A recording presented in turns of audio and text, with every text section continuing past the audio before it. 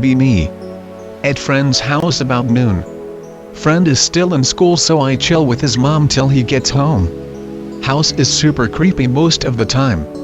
We're chilling, watching TV. His dad is at work.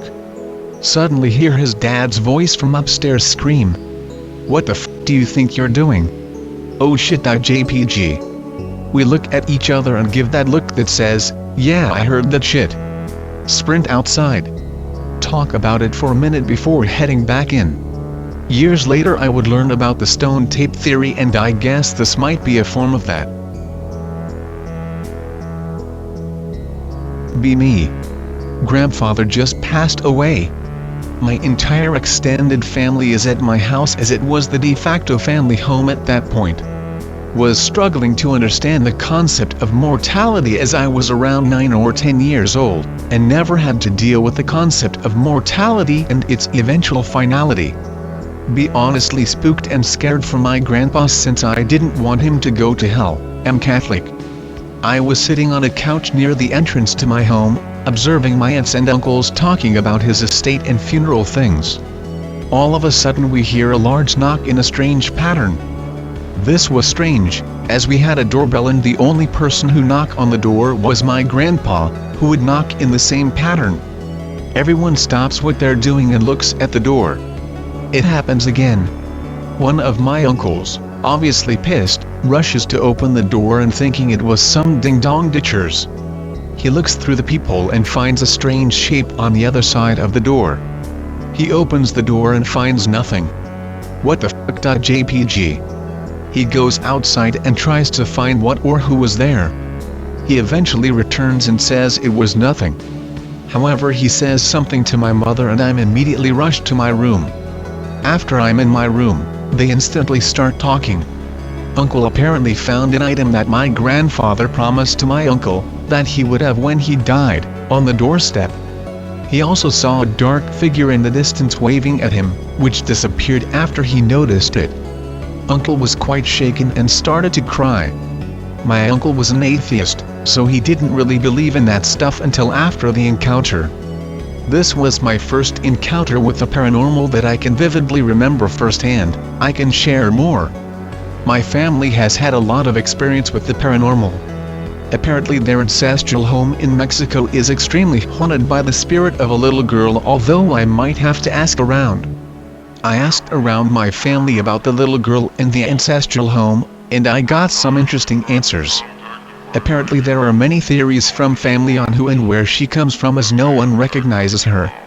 Some say that she is the spirit of my grandfather who is buried alive, or some bullshit involving some burial ground that home was built on. She's been described as around 9 or 10 and seems to only appear to women, as most of the people in my family who've seen her are women, although there are some stories that men have seen her, though I can't corroborate.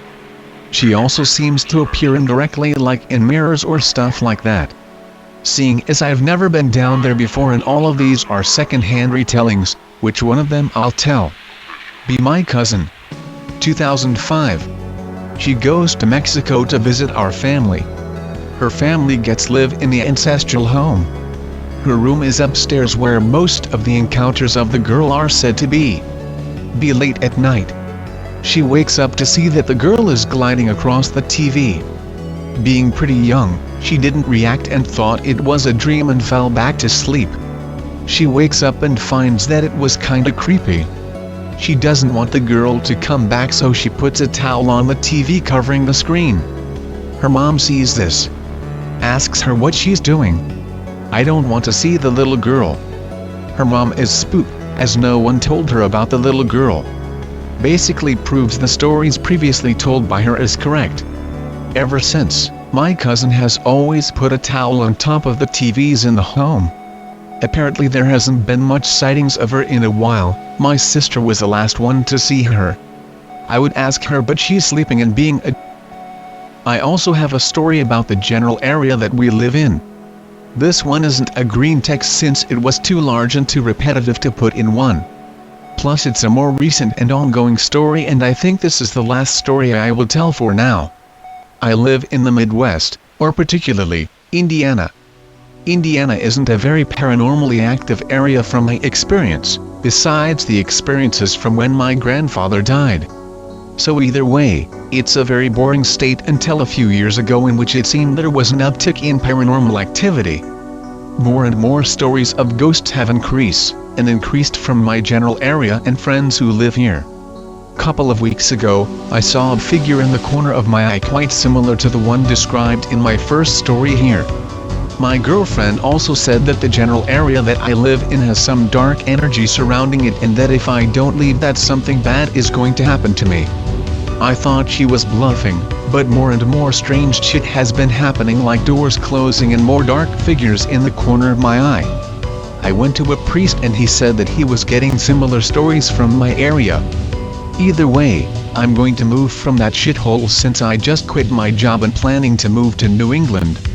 Actually, I'm in the process of moving now.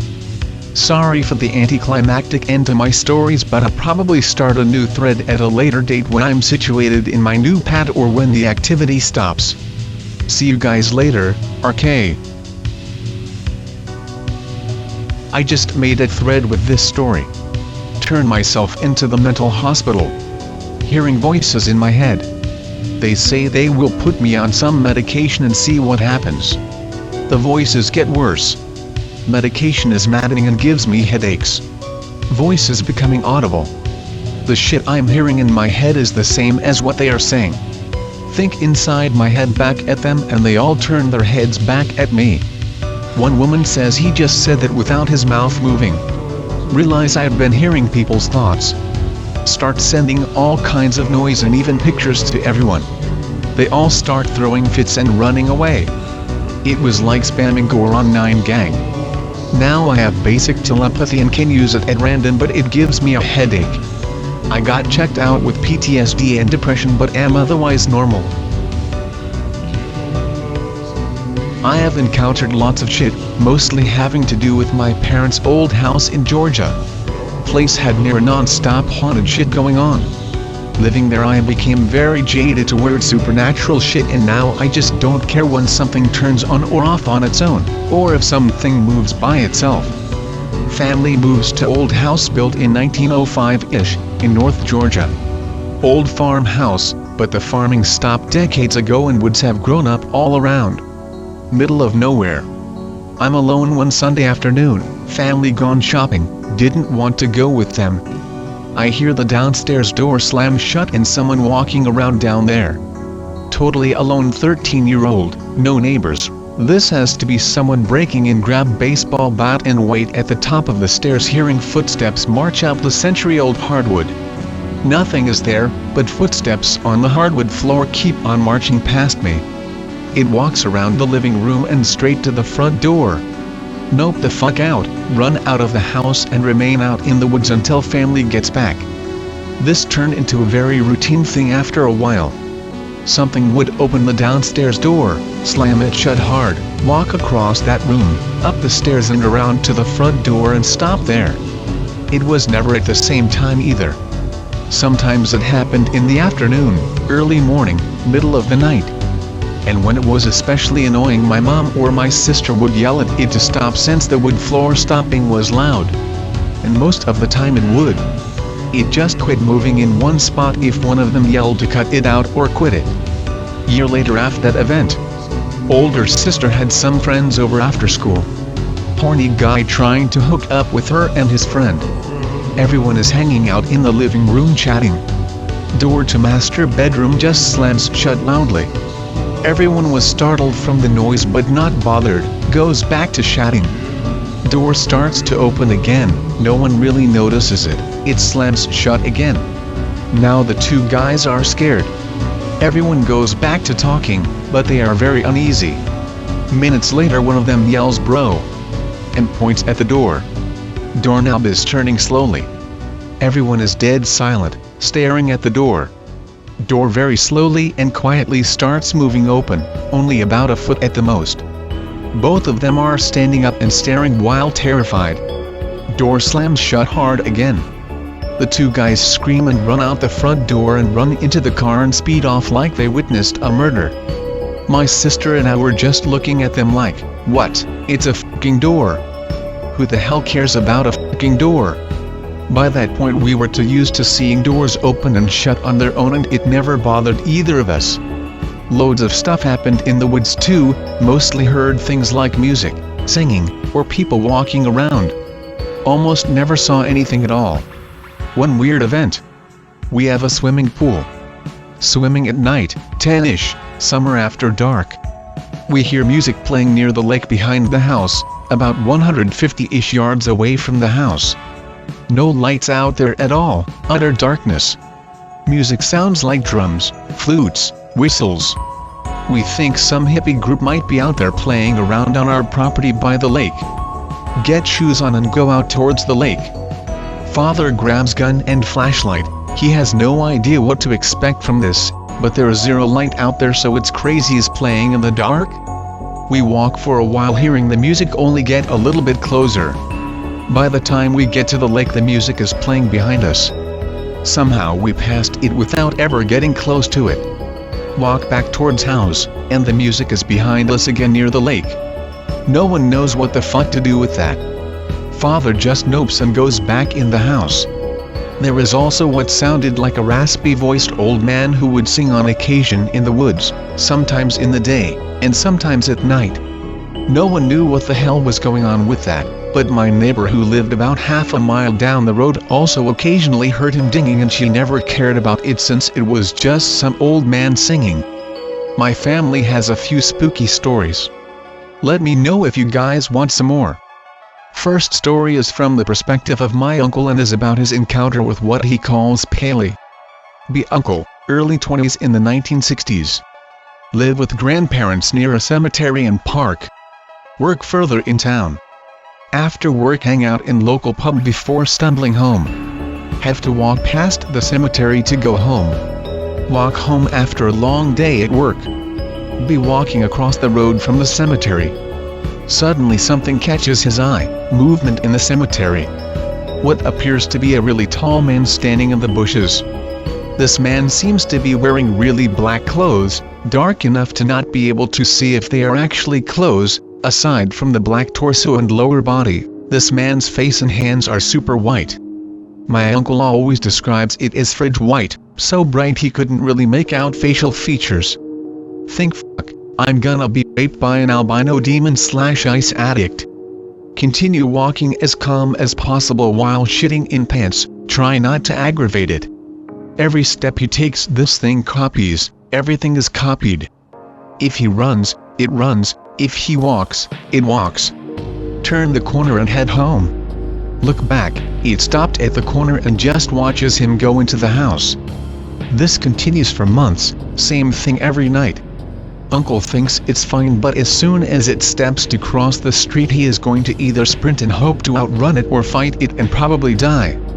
Have a cocky friend, brags at the pub that he could take anyone on, let's call him John. One night John and Uncle are walking home. John doesn't believe the story of Paley. Uncle turns to John and says, "Don't look now," but there he is. John turns slowly and sees Paley staring into his soul. John squeals like a girl and bolts home. Keques are head and the nightly ritual continues. Uncle gets a new job and house, so he is away for some time. A few years later, when he goes back to that area, Paley is gone. Never seen it again. This story is from my grandmother. My grandmother was, for the most part, an average Irish Australian besides from when it came to religion and the paranormal and religion. A good example would be her personal synchronized version of Catholicism and Celtic paganism, but I can get into that later. These stories are from when she was a young mother working in the mills, and they all take place shortly after World War II. B. Grandma. Around 20, recently married, father forced it after getting pregnant. Walking home from the mills late at night with husband. Come across the local park, near the cemetery where Paley would appear some decades later. The park is pitch black, but something demands attention. Something is in the park, moving fast and erratically. Husband notices too, doesn't know what the fuck it is. Pay more attention, it looks like a dog with a sheet thrown over its head, running around wildly to get free. Thing is almost blindingly white and quite fast. Husband urges to leave. The more Grandma pays attention, the less it looks like a dog in a sheet. It looks like a person, albino tear white, running on all fours around the park. That would be terrifying in of itself, except there is one detail that makes this worse. It isn't running. In fact, this thing has no visible legs/hands at all. It appears to be floating or gliding across the ground. What the fuck? PNG. At this point, Grandma agrees with husband to get the fuck out, and they speed walk home, all the time watching this thing in the park. It never stops or even acknowledges their presence. Next story, this time from my great uncle. He didn't know about the park story and never told ghost stories, but told this story in confidence to Grandma. The uncle. Taking a stroll at night. Walking is his favorite pastime. Walks past the park, nothing happening, just dark. There is a school opposite of the park. Uncle glances into the school and catches sight of something. Something resembling a huge, albino man was standing on the benches. For reference, schools here have benches where kids will sit outside to eat lunch before playing. Abnormal, but maybe it's just a drunk local.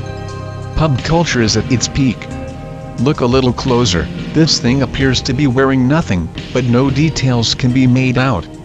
This thing doesn't move. It looks like it is facing away from Uncle. Uncle tries to study it, but only finds it more confusing the more he looks. He notices something. This thing has no feet. Here we go again. Uncle decides to cross the street and watch it as he walks out of sight. He comes to Grandma, tells the story, hand to heart, that he would never make something up. Grandma of course thinks of her own and starts thinking something is happening. Grandma's story again. This is her final encounter with whatever the fuck was happening in that area. B. Grandma. Husband left. Got 2 boys to raise. Gotta work hard at the mills to make sure no one goes hungry. Work until late at night. Boys are at home being looked after by great-grandma and great-grandpa. Walk home late at night, not the usual route. Try to steer clear of the park as now it is possibly dangerous. Try to walk along the train tracks behind town to get home. Usually empty, especially at this time. Walking along, lost in thought. Come across a small hill. There is what appears to be a man facing away from her. Grandma always said she thought he was a drunk taking a piss in the bush. She called out asking if he is okay. Train tracks are dangerous when drunk, of course. The man doesn't move but twitches slightly. Grandma takes note of the whiteness of this guy's clothing/skin. Starts feeling a very strong sense of terror. Fight or flight kicks in. Grandma, being an almost 5-foot woman, of course chooses to flee. Sprint downhill. As soon as she turns her back, the thing sprints after her. Oh shit. Run for what feels like hours. She can hear this thing's loud footsteps right behind her.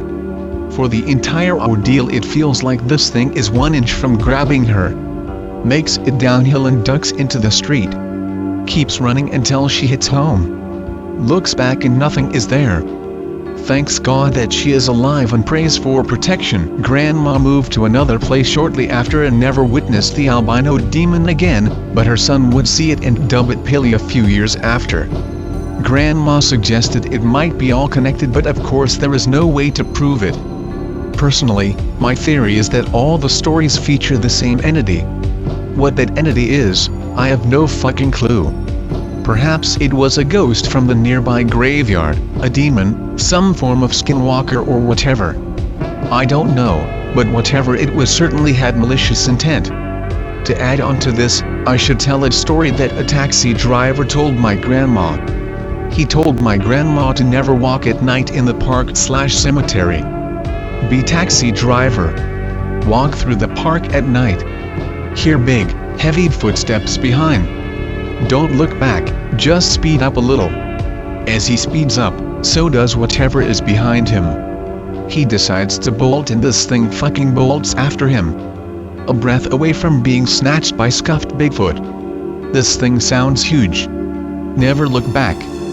Get out of the park safety and turn around. Nothing. He tried rationalizing it as maybe a kangaroo, but kangaroos in this area are shit scared of humans, non-aggressive, and wouldn't be game enough to follow a full-grown man. I think he encountered the same thing as my family members did. At least it proves we just aren't all crazy lol. Hiking with friend in January. 2 feet of snow and 50-ish degrees out. Nighttime, but can see everything because of snow. Northeastern Ohio. Telling spooky story about Canadian Indian folklore.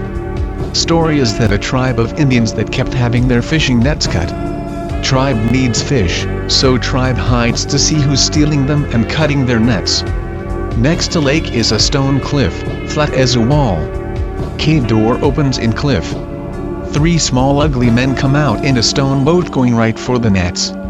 Indians are shocked and call out. Ugly men cover faces and boat goes back into cliff wall. Right as I finish the story, horrible screeching noises erupts behind us, freezing us in place. Can see clearly in all directions because of snow, see nothing. We both look at each other and run all the way to the exit. My buddy and I were both 18 if I remember correctly, so this took place in 2008. We were near the entrance of the woods, which are part of the Cleveland Metro Park's Emerald Necklace. The entrance is very near our childhood homes, and we both knew the woods very well. Where we live has a lot of ravines and hills with creeks cutting through them. We could never identify the sound. It wasn't coyotes, which we have both heard. We tried to match the noise to animals on YouTube. The closest thing that it sounded like were the aliens from Pitch Black. Just very aggressive sounding. Even that comparison doesn't do it justice. I'm glad I wasn't alone, just because no one ever believes it happened. They are always skeptical. We both know what happened, and it helped create a weird sense of trust. Hey guys, Keque here. Okay, so the next one isn't in the archives, so it's a bit of a rare find. Please enjoy.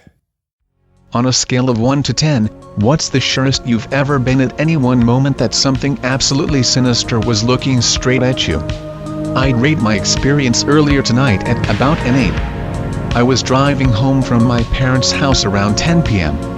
They only live about 10 minutes drive from me, but what a difference 10 minutes makes.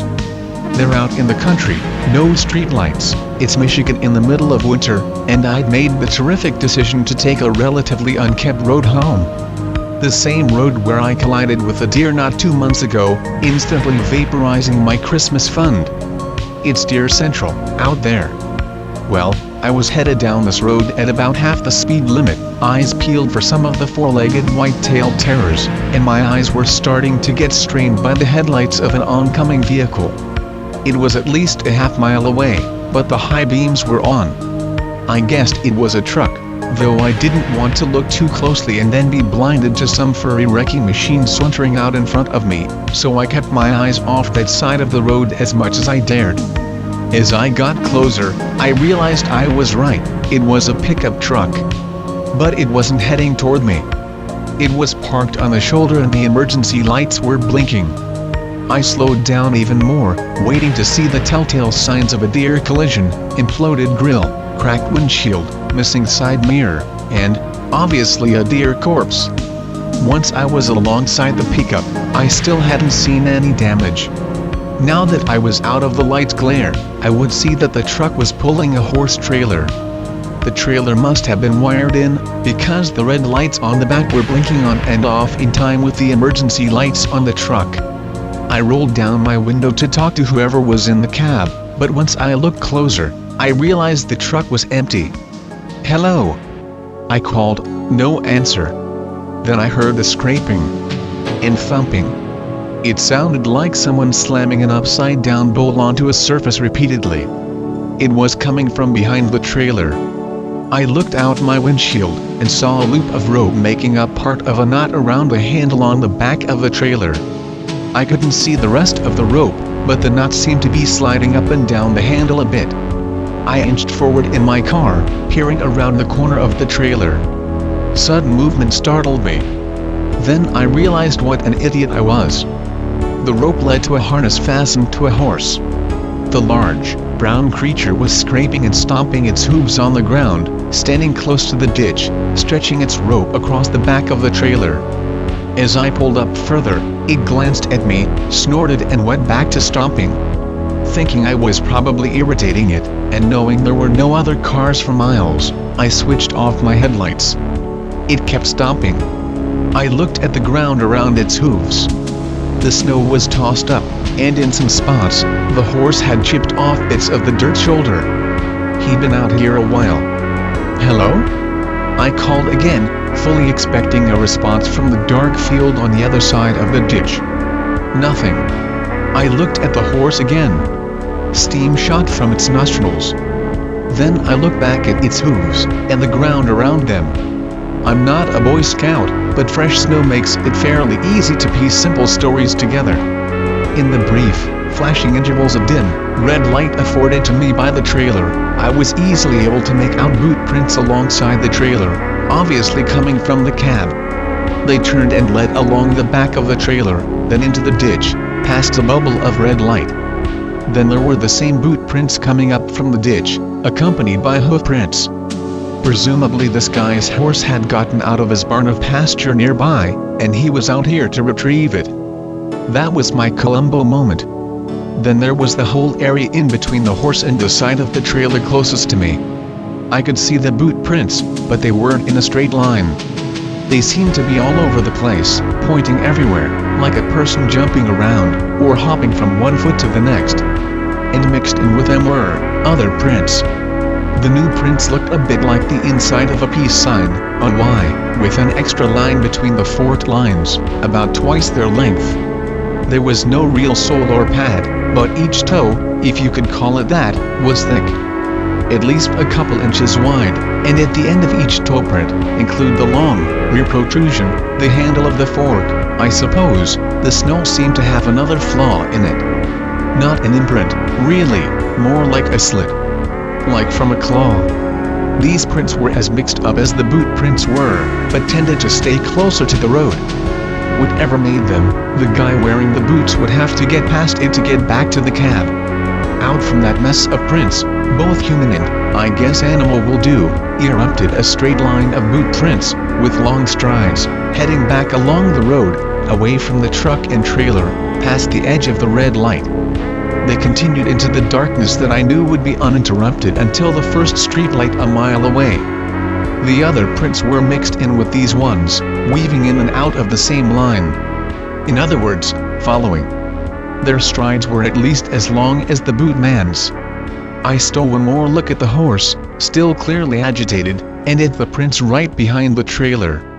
Now, obviously, snow being white and the trailer's pulsing lights being red, all the snow in the range of the lights was going to be red.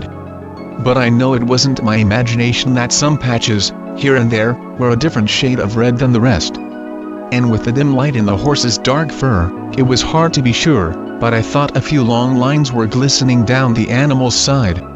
I like to think I'm not a stupid man. I saw no benefit in staying here to play detective. I decided to distance myself from the horse, trailer, truck and prints. I flipped my lights on and started rolling away. The horse never stopped staring at me.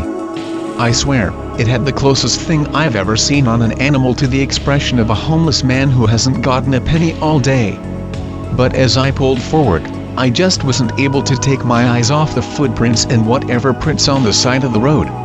About 10 feet past where the red light would have ended, there was another scuffle, both sets of prints mashed together. Definitely a couple of spots of dark pink snow, and then just the boot prints, continuing their journey. But off to one side, they'd left behind a much larger imprint, roughly human-sized. There were shapes on both sides of the body. They were wide and somewhat wrinkled, like the imprint of a jacket a child would leave after laying in the snow. They fanned out from the main body, leaving drag marks, like something unfurling. They were also ribbed. I admit I was only viewing this in passing, but I swear I know what I saw. It's hard to describe exactly. But thinking back, I'd say that comparing that shape to a snow angel would seem wrong in more ways than one. I kept moving, picking up just a bit of speed, but I was still going fairly slowly so my tires wouldn't burn out on the snow and ice. I could see the three-toed prints moving from the larger shape back to the chase, just for a few feet, and then, they just ended. The boot prints carried on for another 40 feet or so. Then they ended, too. At this point, I had to stop. I don't mean that I really decided that I wanted to, it's like my brain just needed to verify that I was seeing this right. 2 sets of prints, one human, one not.